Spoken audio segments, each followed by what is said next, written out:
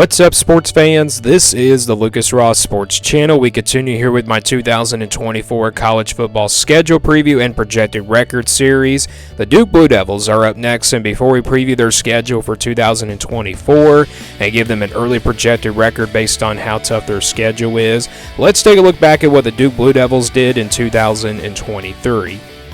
Here were my projections and predictions last year for the Blue Devils. My projection had them at 7-5, and then my prediction for them was 8-4. So I did have a little bit of a difference there with my projection and prediction for this team. The Blue Devils went 7-5 in the regular season in 2023, but 8-5 overall if you count their bowl game victory at the end of the season. So another 8-win season for the Blue Devils. They went 9 wins, a couple years ago. So not a bad year for the Blue Devils in Mike Elko's final year here at the Duke University. He has now entered into the head coaching job at Texas A&M. So Manny Diaz now taking over. Here was the schedule from last season for the Blue Devils, and you look at their non-conference schedule. They played Lafayette, Northwestern, UConn on the road, and then they also played Notre Dame, which did make the non-conference schedule a little bit tougher, but they ended up winning like 3 out of their 4 non-conference games. And then you look at the losses coming in the conference last year. They lost to Florida State and Louisville here, both on the road in back-to-back road games, and then they also lost to North Carolina and Virginia in back-to-back road games as well. So that Virginia loss was definitely a unacceptable loss there for the Blue Devils, but other than that, it was still a pretty good season here for Duke in 2023.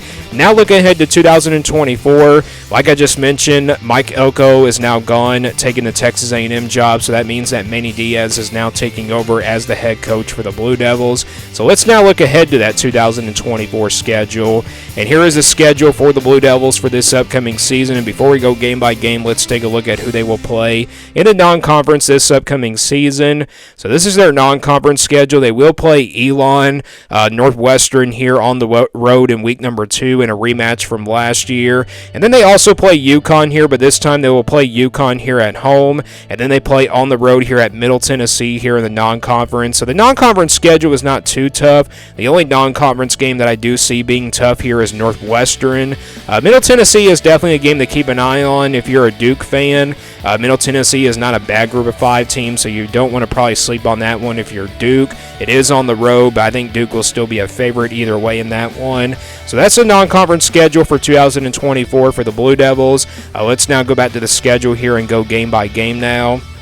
So they kick things off with Elon here in the non-conference on August 31st, and then after that they go on the road to play Northwestern here on September the 7th. Then they come back here at home to play UConn here on September the 14th, and then they go on the road to play Middle Tennessee here on September the 21st. So they will play all 4 of their non-conference games here in the first 4 weeks of the season, and then after that they open up conference play here at home against North Carolina here on September the 28th, and then they get to the month of October. They go on the road to play Georgia Tech here on October the 5th. They get their first bye week here in the second weekend of the month of October. Then they come out of the bye week on a Friday night. They will play Florida State here at home on October the 18th. Again, that game was going to be on a Friday this year, and then they play SMU here on October the 26th. One of the newcomers coming up in the conference this season. Then they go on the road here to play Miami in the month of November on November the 2nd, and then they go on the road to play North Carolina State here on November the 9th. So they got back-to-back road games here with Miami and NC State.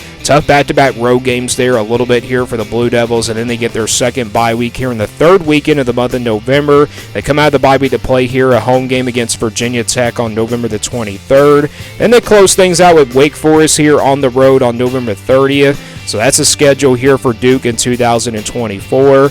Not a bad schedule here for the Blue Devils in Manny Diaz's first year. You don't have to play Clemson at least. You also don't have to play Louisville on the schedule, which is very good news there. You don't really have a tough non-conference schedule either. And to be honest, I think all these games that you're seeing in the conference schedule, they're all definitely very winnable games here for the Blue Devils. So let's get to the projection now here for the Blue Devils for 2024. This is not going to be my official prediction. This is simply going to be my projection based on how tough this schedule is. This is the scale I use here for my projections. If it's a 1% game in the red, that percentage is counted as an automatic loss here when we do these projections. 20% games in the orange are going to be games where Duke will be about a couple touchdowns of underdogs. And then 40% games in the yellow are going to be games where Duke will be about about a heavy underdog in by about a touchdown.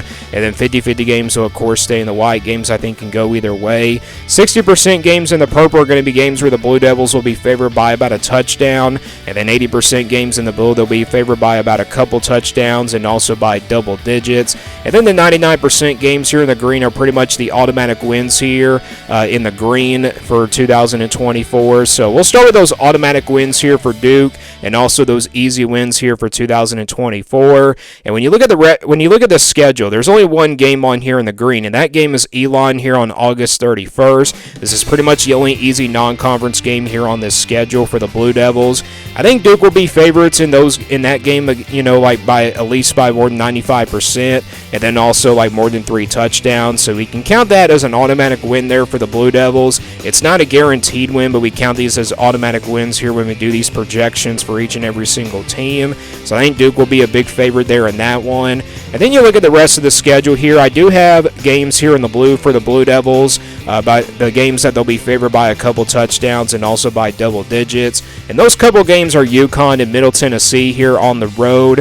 I think the Blue Devils will be a couple touchdowns of favorites here in both of these non-conference games. UConn, didn't have a really good season like they did the year before, but I think the Blue Devils are definitely the better team here. I know UConn could probably be a sneaky good team, but I don't really expect that to happen. Their football program has not really been the best over the few years that they've been there, so I do expect Duke here to be favored by a double digits. And then Middle Tennessee, the reason why this ended up being a blue game is just because it's on the road, and of course Manny Diaz taking over. If Mike Elko was still here, I probably would put this game in the green, but it is on the road in a not a very tough environment. Middle Tennessee is a pretty good group of 5 team, so I'm going to put that game here in the blue for right now. And those are the 2 games where I think the Blue Devils will be favored by double digits. And then you look at the rest of the schedule here. There's not really any other games on here that can favor Duke, but let's go to the games now where they're going to be underdogs in. I don't have any red games which are automatic losses. I also don't have games where there'll be about a couple touchdowns of underdogs, but I do have games here in the yellow.